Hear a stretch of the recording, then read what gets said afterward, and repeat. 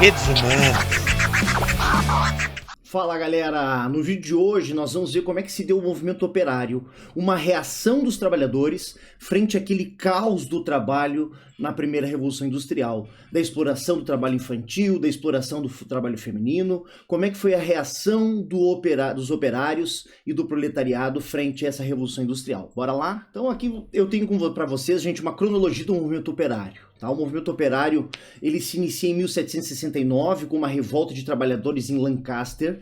Depois, 10 anos depois, 1779, uma revolta de trabalhadores em Lancashire. Entre 1795 a 1797, a Inglaterra vai editar uma lei de Spinhamland, que garantia a subsistência mínima dos homens e das mulheres que viviam nessa sociedade industrial, que não fossem capazes de prover o seu próprio sustento. O governo basicamente atendia um subsídio para a compra de pão, como se fosse ali uma forma de contentar, de acalmar as massas famintas da Revolução Industrial, numa lógica muito parecida com aquela velha política de pão e circo do Império Romano. O abono era garantido de acordo com a variação do preço do pão, tá? E do preço do trigo no mercado inglês. Lembrando vocês que a partir de 1805 a Inglaterra sofre uma alta do preço do trigo, devido então ao bloqueio imposto por Napoleão ao trigo russo, que era o maior produtor de trigo na época, e deixa de vender parte desse trigo para os ingleses, que vão ter então uma alta no preço do pão a partir ali do início do século XIX. Aqui eu vou deixar para vocês alguns detalhes, não vou entrar neles, mas vou deixar aqui para vocês alguns detalhes desta lei que garantia, condições mínimas de sobrevivência e de alimentação para essas populações pobres da Revolução Industrial. O movimento, então, ele continua. Em 1811, o movimento ludita, ou ludista, a gente já vai ver um pouco mais a fundo, que era um medo e uma resistência às tecnologias, como se fossem as causadoras da crise econômica e das péssimas condições de vida. Tá? Atualmente a gente vai ver esse movimento como uma tecnofobia atual. Em 1812, o Parlamento Britânico institui a pena de morte para quem quebrasse as máquinas. O Estado, então, sendo utilizado em defesa da propriedade privada, o Estado sendo utilizado para proteger a burguesia. Tá? Na década de 30, nós vamos ver então o movimento swing, que surge no meio rural, a figura mitológica do capitão swing. Ele adotava métodos muito parecidos com o método ludista, de Ned Ludd, dizendo-se contra a mecanização do trabalho. Nesse caso, especificamente, apontando a luta dos tosqueadores de lã contra a mecanização, o que causava um grande desemprego, um aumento do desemprego. Ainda na década de 30, nós temos um movimento cartista dentro dessa cronologia, que nós também já vamos aprofundar agora mesmo. Vamos dar uma aprofundada então no movimento ludista, gente. No início do século XIX, o líder é Ned Ludd. O protagonista desse movimento, ou melhor, os protagonistas desse movimento são os operários da indústria de tecidos inglesa, e a causa são as máquinas sendo vistas como responsáveis pela miséria, as máquinas sendo vistas como causadoras da miséria e da desigualdade social. O objetivo, então, do Ned Ludd, já que as máquinas causam esse efeito da miséria e do caos, a solução seria, então, a destruição dessas máquinas pelos trabalhadores, voltando a uma situação um pouco melhor para os mesmos. Consequências, então, como eu já disse, o Estado está sendo utilizado a serviço da burguesia para proteger os meios de produção. Então, a consequência vão ser prisões, deportações e mortes desses envolvidos no movimento ludista. Aqui eu tenho também mais algumas coisas em relação ao movimento ludista, Ned Ludd e os quebradores de máquinas. Embora os relatos sejam confusos, o estopim do reinício do movimento dos quebradores de máquinas começou com a destruição de uma máquina de tricotar meias pelo senhor Ned Ludd em uma fábrica no condado de Leicestershire. Em um acesso de raiva após repreendido pelo patrão, não se sabe exatamente porquê, o enfurecido Ned Ludd tornou-se um herói local ao quebrar a máquina, ou melhor, as máquinas que ele utilizava para trabalhar, passando a ser apelidado como General Ned ou King Ned, o Rei Ned. Imediatamente agregou em torno de si numerosos seguidores que passaram a se denominar luditas ou ludistas. Organizados, começaram a enviar cartas às fábricas exigindo que os proprietários se livrassem das máquinas, ameaçando que iriam invadir essas fábricas e destruir as mesmas, queimar a propriedade, assassinando capitalistas e suas famílias, até mesmo saqueando suas residências. Inicialmente, as ameaças não foram levadas a sério, até que milhares de ativistas que estavam ao lado de Ned Ludd, com seus rostos pintados e mascarados, começaram a atacar à noite, equipados com instrumentos de trabalho, principalmente com martelos, quebrando as máquinas e causando o pânico nas fábricas inglesas. Trade Unions é a primeira organização de trabalhadores, é a primeira organização oficial onde os trabalhadores poderiam se organizar, né, se reunir e reivindicar as suas lutas e os seus desejos, né, em uma espécie de um sindicato. O grande objetivo do Trade Unions é compreender as insatisfações dos trabalhadores e lutar por esses trabalhadores, né,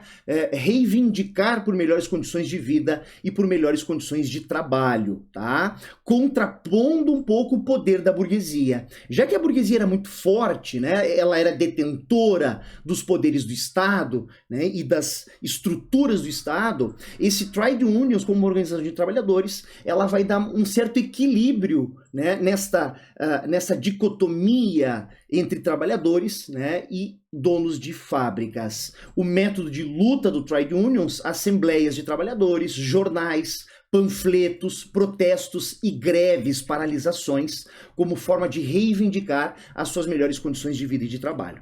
Consequências, o Estado passa a identificá-los como criminosos e não como trabalhadores que estão lutando por melhores condições. Conquistou o fim do trabalho infantil, ou seja, conseguiu regular o trabalho infantil, né? Conseguiu também regular o trabalho feminino, garantiu o direito de greves e paralisações. Em 1824, o Parlamento Britânico aprova a primeira lei que permite a organização dos trabalhadores. Então, é a origem do Trade Unions.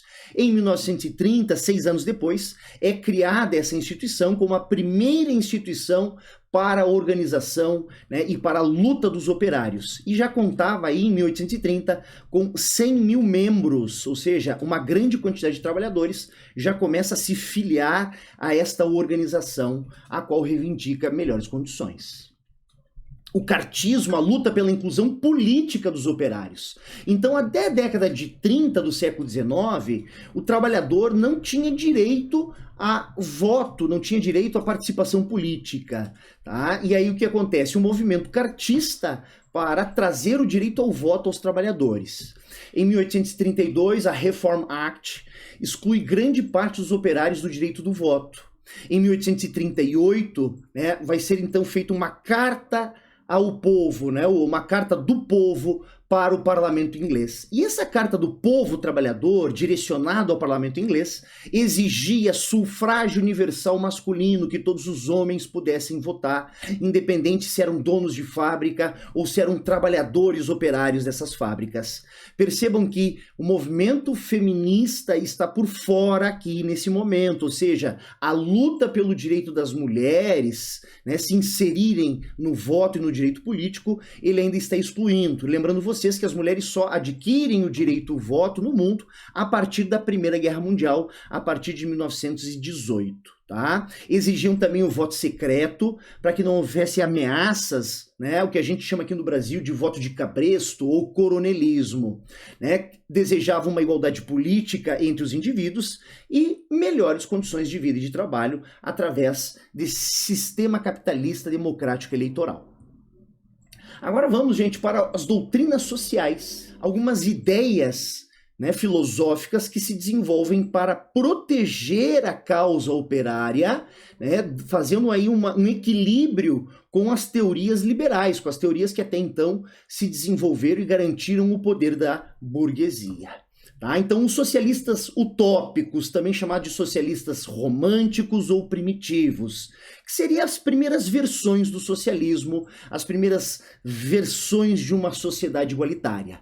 Eles tiveram uma grande influência dos ideais iluministas, principalmente de um francês iluminista chamado Jean-Jacques Rousseau, que atribuiu à propriedade privada a responsabilidade, ou parte da responsabilidade, pela desigualdade social. A grande obra de Jean-Jacques Rousseau, onde ele expõe essa desigualdade promovida pela propriedade, está no contrato social. Defendia uma transição pacífica para o modelo socialista, ou seja, diferente dos socialistas científicos, os marxistas, que querem fazer uma revolução armada, uma luta revolucionária para substituir de imediato um modelo pelo outro. Aqui é uma transição paulatina, sistemática e principalmente pacífica, sem a luta de classes, sem uma revolução armada.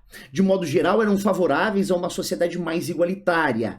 Não estimulam o protagonismo do proletariado. Então, para mim, isso é o que basicamente diferencia o socialismo utópico do socialismo científico, né? É o protagonismo do trabalhador da indústria, como o indivíduo que vai pegar em armas e que vai fazer a revolução. Tá? Aqui, os socialistas utópicos, eles não vão demonstrar muito bem, de forma clara, qual é o caminho para se chegar a uma sociedade igualitária, né? Qual é a estrada necessária para se chegar numa sociedade mais igualitária, tá? Já os socialistas científicos vão dizer sim, existe um caminho, existe uma forma, e esta forma é com o protagonismo, a participação do proletariado. Quem vai dar o nome, né, a essa ideia de um socialismo utópico, né, idealizado, romantizado, é Thomas Malthus, né, um teórico inglês, na sua obra A Utopia, onde ele basicamente vai usar como referência a República de Platão, uma sociedade perfeita, igualitária e romantizada. Ele, inclusive, vai denunciar a utilização da propriedade privada como, né, uma geradora de desigualdades. Aqui no contexto do cercamento das terras, nós temos o Thomas Malthus, né, onde as terras da Inglaterra estão sendo cercadas, principalmente as terras de uso comum, para serem vendidas para a iniciativa privada criarem ovelhas. Então a terra, em vez de ser utilizada para matar a fome das pessoas, para a subsistência, ela está sendo utilizada por um viés capitalista, criação em larga escala de ovelhas, que vão fornecer a matéria-prima para as fábricas de tecidos na Inglaterra. O Saint-Simon, que também é um dos teóricos desse socialismo utópico, ele nasceu na França, ele era da nobreza esclarecida francesa, ou seja, ele teve contato com as ideias liberais e iluministas, ele era defensor do liberalismo econômico, né, exercido pela burguesia, era a favor também da manutenção, ele era a favor também da manutenção dos privilégios e dos lucros dos industriais. Porém, estes deveriam ter uma responsabilidade social frente aos seus trabalhadores, né? Não podendo explorá-los e também não podendo exceder no trabalho humano, né? Diminuindo desta forma a desigualdade. Percebam que em Saint-Simon, né, ele traz a ideia de que quem é responsável, né, por diminuir a desigualdade é o próprio burguês, dono da fábrica, que num ato de responsabilidade e solidariedade, ele vai prezar pelos trabalhadores. Sociedade livre do ócio e dominada por militares e burocratas, né? Então aquele velho ócio criativo dos gregos antigos está descartado na sociedade de Saint-Simon, né? A sociedade dividida em três. No topo da sociedade nós temos os sábios que deveriam governar, né? Num setor intermediário da sociedade, os proprietários, e na base os não proprietários, os trabalhadores. É muito parecido, gente, com a teoria do filósofo rei do Platão, né? Onde ele vai colocar que o governo deveria ser exercido única e exclusivamente pelos filósofos, os sábios, tá? Então há uma semelhança com a teoria do filósofo rei do nosso querido Platão. Os dois últimos, operários e trabalhadores, não deveriam explorar uns aos outros. Então ele aceita o poder da burguesia, mas ele diz que a burguesia vai ter que ter uma solidariedade, vai ter que ter uma responsabilidade frente à sociedade. O Charles Fourier, né, crítico da sociedade burguesa e da desigualdade geradas pelo liberalismo capitalista, né, ele é um crítico da separação entre o prazer e o trabalho. Ele vai dizer que a pessoa que trabalha numa fábrica por 15, 12 horas, ele faz um trabalho repetitivo, um trabalho que está, né, desvinculado com o prazer. humano. E isso torna o trabalho uma coisa maçante, torna uma coisa, né, uma coisa ruim, né, e a exploração ainda maior. Então ele é favorável que o trabalhador encontre um certo prazer no seu trabalho. Né? Defendia a maior liberdade da participação social das mulheres, então aqui eu acho que é um item importante. Defendia também a maior liberdade sexual entre os indivíduos, tá? Assim como a sua associação ao prazer. Ele vai criar então os falancérios, isso que mais pode cair no vestibular, viu gente? Os falancérios do Charles Fourier, né, que eram fazendas coletivas, né, como grandes cooperativas agroindustriais, né, comunidades de trabalhadores que trabalhavam, né, com uma solidariedade, uma cooperação entre eles. Esses falancérios pensados e criados por Charles Fourier, haviam aí então em torno de 1.800, 2.000 pessoas vivendo nessas fazendas, né, com produção coletiva, com cooperativismo. E o Robert Owen, né, o inglês Robert Owen, ele nasceu na Gália, né, hoje é um território que faz parte do Reino Britânico. Ele era um rico proprietário industrial, administrava fábricas em Manchester, né, e ele então começa a introduzir nas fábricas a qual ele trabalha, as ideias por ele desenvolvidas. Né, de uma sociedade mais igualitária, de uma sociedade mais justa. Ele começa como administrador de fábricas, né, a já inserir nas fábricas a qual ele trabalha essas ideias, né, e essas práticas socializantes. Então ele cria uma sociedade socialista na Escócia e uma nos Estados Unidos. Ele vai ser inclusive perseguido por essa tentativa de aplicar, né, uma sociedade mais justa dentro das fábricas. Defendia uma sociedade mais igualitária, sem o uso de moedas, né? Ele foi a favor da redução da jornada de trabalho, inclusive fazendo isso nas fábricas a qual ele administrava e aumentando os salários. Promoveu uma educação, né, para os operários e para os filhos de operários. Era um crítico da propriedade privada, da forma como ela era utilizada até então, e foi, obviamente, perseguido por suas ideias. Agora nós vamos para o socialismo científico. A ideia que nós temos aqui nesse socialismo científico é, assim como Darwin descobriu as leis que regem a natureza, Karl Marx, né, acreditava que ele encontrou as leis que regem a sociedade, as leis naturais da sociedade. Tá? Então, é por isso que nós vamos chamar de socialismo científico.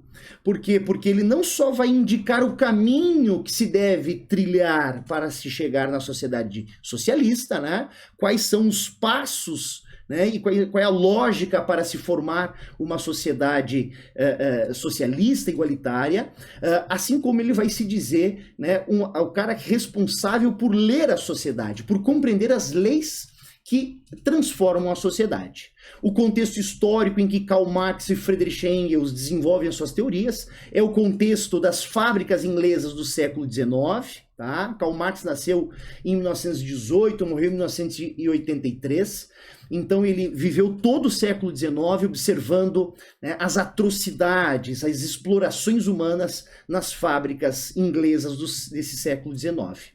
Propõe uma análise crítica e científica ao capitalismo, ou seja, analisar cientificamente o capitalismo, né, compreender o funcionamento das sociedades humanas ao longo do tempo, naquilo que ele chamou, né, de materialismo histórico. Criticavam os utópicos, né, os socialistas científicos, por não demonstrarem quais eram os mecanismos para se chegar, para se construir essa sociedade, né, romantizada, idealizada. O utopismo era visto como uma fantasia da burguesia pelo Karl Marx e pelo Friedrich Engels. Possui uma visão mais ativa e menos idealizada, menos romantizada, ou seja, a ação, né, humana para se chegar na sociedade socialista. O que os seres humanos têm que fazer, têm que produzir na prática para se chegar a uma sociedade socialista. O socialismo seria, então, alcançado com a intensificação da luta de classes entre os trabalhadores operários das fábricas contra a burguesia proprietária. Né? Então, aqui nós temos no socialismo científico a ideia de uma revolução armada, né? De um derramamento de sangue, de uma revolução, né, protagonizada pelos trabalhadores, a ditadura do proletariado, né? E aí nós temos a grande obra onde ele expõe essa ideia socialista, é o Manifesto Comunista e o Capital, que ficou inacabado por Karl Marx, né? Então ele vai trazer a ideia da luta de classes como algo comum em toda a história. Todas as comunidades humanas que se desenvolveram ao longo da história, todas elas têm luta de classes. Se nós pegarmos na Roma Antiga, né, nós temos os patrícios e os plebeus. Na Idade Média, né, os senhores feudais contra servos. Então ele vai identificar que todos os momentos históricos há luta entre possuidores, né, dos meios de produção e aqueles que são despossuídos nos meios de produção. Então ele vai dizer, bom, se é isso que é claro, né, e é visível ao longo de toda a história, então esta luta de classe seria o motor da história. E aí que vem o que a gente chama de materialismo histórico, a ideia de que como as sociedades humanas vão evoluir na produção, vão se organizar em torno da produção, a forma como cada sociedade humana na história desenvolve a produção, né, se organiza para a produção, isso acaba sendo definidor de aspectos como a política, como as leis, como a cultura. Então, tudo é determinado a partir, né, das relações econômicas que são estabelecidas ao longo da história. Eu tenho um videozinho aí, gente, na área de filosofia, né, sobre Karl Marx, onde eu explico melhor o materialismo histórico, vou deixar para vocês o link aí depois, tá? Eliminação da propriedade privada, né, ou seja, o fim total da propriedade privada, e a socialização dos meios de produção, ou seja, a riqueza proveniente da indústria e da propriedade, elas devem ser socializadas, elas devem ser divididas de forma igual entre as sociedades humanas. Outras doutrinas sociais, vamos então à social-democracia, né, que para mim é a teoria mais bacana, né, a que mais faz sentido. A social-democracia ela nasce de dentro do marxismo. Então ela é uma teoria marxista, eles não negam o marxismo, eles estudam o marxismo, mas eles vão fazer uma revisão, eles vão fazer algumas críticas ao sistema marxista. É por isso que nós vamos chamar a social-democracia também de socialismo revisionista ou de socialismo reformista. Isso ocorre, gente, basicamente na Segunda Internacional Comunista, quando alguns marxistas vão começar a deixar de lado a luta de classes e a revolução e vão começar a trazer a ideia de que esta passagem do capitalismo selvagem para um capitalismo mais ameno, um capitalismo mais justo, né, ele pode ocorrer de forma lenta e gradual dentro do próprio sistema capitalista, sem passar por uma revolução armada.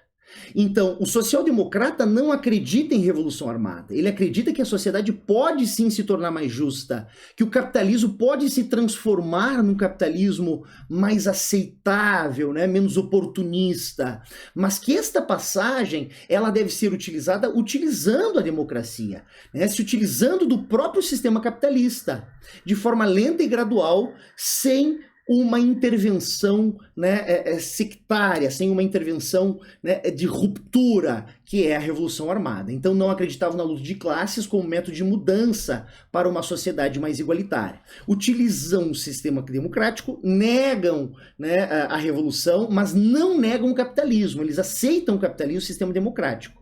Desta forma, eles poderiam eleger alguns líderes dos trabalhadores, né, alguns representantes dos trabalhadores. Uma vez que esses líderes chegassem ao poder, eles poderiam utilizar o Estado ou transformar as leis para amenizar as desigualdades. Então, esses, uma vez no poder, poderiam promover leis que amenizassem as desigualdades. Para isso, utilizava-se da intervenção econômica e social do Estado, né, como uma certa intervenção do Estado para garantir esta maior igualdade e promover reformas parciais do sistema capitalista ao invés de substituí-lo de forma, né, como eu já disse, sectária, de forma com uma ruptura, né, mudando um sistema por outro.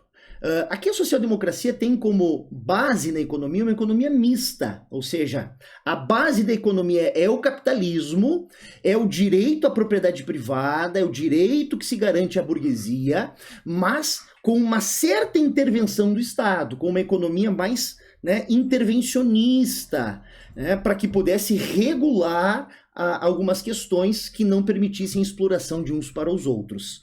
Né? No início dos anos 20, a social-democracia vai se associar ao capitalismo keynesiano, que é um capitalismo mais intervencionista. Tá? Então, não é nem 100% capitalista, com liberdade total na economia, não é 100% intervencionista, como é uma economia socialista planificada. Então, é por isso que a gente chama de economia mista. Ela, em partes, tem, né, aspectos de intervenção econômica do Estado, né, de um olhar mais próximo do Estado, mas se mantém o sistema capitalista liberal. Tá? Também há, além de uma economia mista keynesiana, há também o que a gente chama de welfare state, a política de bem-estar social, que seria o Estado pagando a conta daquela população miserável, daquela população que não tem condições, né, de subsistir. Aquela parcela da população que não tem condições, né, de ter acesso a um trabalho justo e promover a própria subsistência. Tá? Então essa política de bem-estar social, o welfare state, é o Estado, né, o governo político, garantindo o mínimo de sobrevivência para as pessoas, o mínimo de direitos sociais, como saúde, como educação, como transporte. Então, isso seria o welfare state. Se nós pegarmos, por exemplo, estados escandinavos, né, como a Noruega, como a Finlândia, né, como a Dinamarca, eles têm uma espécie de social-democracia, como essa que eu estou, né, dizendo para vocês, o que a gente chama de socialismo reformista, né, ou seja, um grande bem-estar social, mas uma certa intervenção do Estado para garantir, né, as necessidades básicas da população. Aí, para terminarmos, gente, as teorias, né, que se contrapõem ao capitalismo e ao liberalismo, nós temos então o anarquismo, né, de Pierre Joseph e Mikhail Bakunin, combate qualquer autoridade instituída. Então, se há governo, sou contra. Né? Então, qualquer forma de poder sobre os indivíduos, ela deve ser destituída, deve ser, né, destruída. Tá? Então, também como socialistas são a favor do fim da propriedade privada, da socialização e a divisão dos lucros pela propriedade privada, mas sem a presença do poder do Estado. Então, após a Revolução, se aplica um Estado anarquista, um Estado onde não há poder e autoridade central. Certo? Diferente dos socialistas, né, o que eles querem após a Revolução?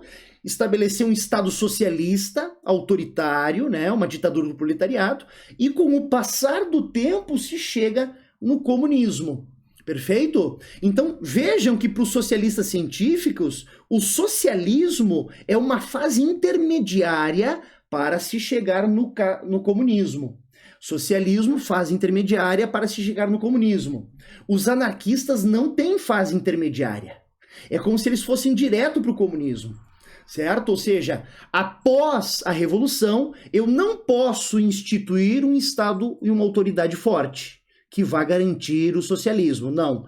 Logo após a Revolução, eu tenho que promover o poder dos indivíduos e não um Estado forte. Tá? A Igreja Católica, por sua vez, também se posiciona frente a essas questões sociais da exploração da mão de obra. É o que a gente vai chamar, entre aspas, de socialismo cristão. Né? O Papa Leão XIII, na carta encíclica Rerum Novarum, ele vai dizer que os católicos não podem explorar uns aos outros. Não foi isso que Cristo pregou. Né, que um ser humano pode explorar a mão de obra do outro, né, por 15 horas diárias, né, provocando muitas vezes a morte desse trabalhador.